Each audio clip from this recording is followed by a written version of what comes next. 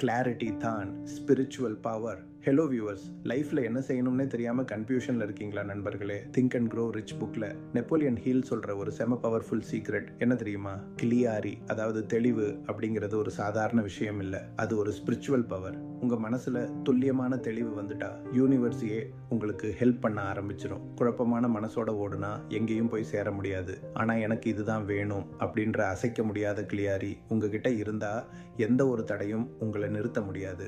அந்த கிளியாரி தான் உங்க டாட்ஸை ரியாலிட்டியா மாத்துற மேக்னெட்டிக் பவர். இப்போ என் 3 கொஸ்டின்ஸ்க்கு மனசாட்சிப்படி பதில் சொல்லுங்க. ஒன்று, உங்க லைஃப்ல அடுத்த 5 வருஷத்துல நீங்க என்ன பண்ண போறீங்கன்ற கிளாரிட்டி இப்போ உங்ககிட்ட இருக்கா? 2, கன்ஃபியூஷன், பயம் எல்லாத்தையும் தூக்கி போட்டுட்டு உங்க கோல்ல 100% கிளியார்ட்டோட இருக்க நீங்க ரெடியா? 3வது, இன்னும் எத்தனை நாளைக்கு என்ன செய்யறதுன்னே தெரியாம குழப்பத்திலேயே உங்க டைமை வேஸ்ட் பண்ண போறீங்களா?